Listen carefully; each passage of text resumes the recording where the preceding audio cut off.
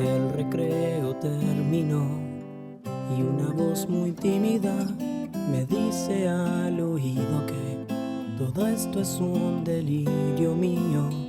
La miré sin respirar, no supe qué contestar, solamente sonreí y le pedí que confíe en mí.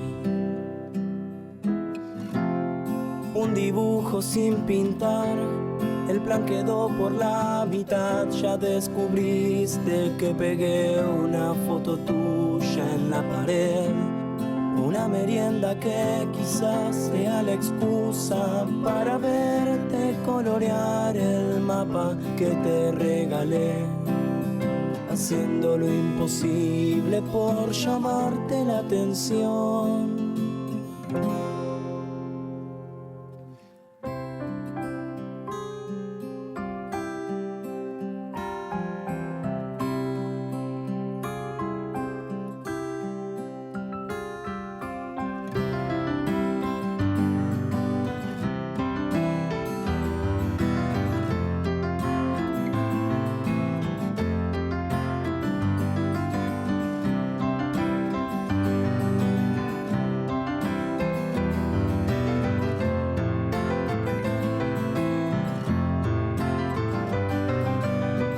Pregunto qué hay ahí.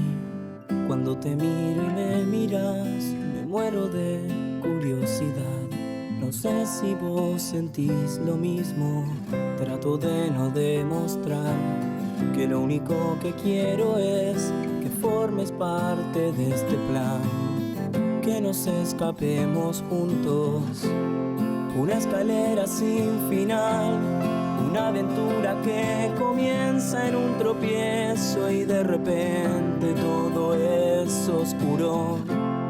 De la penumbra se desprende un haz de luz que intenta ver tus ojos asustados y calmarlos un segundo. Mientras los chicos se pelean, yo me cuelgo con las luces de colores que iluminan tu vestido de papel. Y ahora que todo se complica, no te sueltes de mi mano, no te asustes, no te caigas de mi mundo, porque nada, pero nada es más hermoso que estar con vos.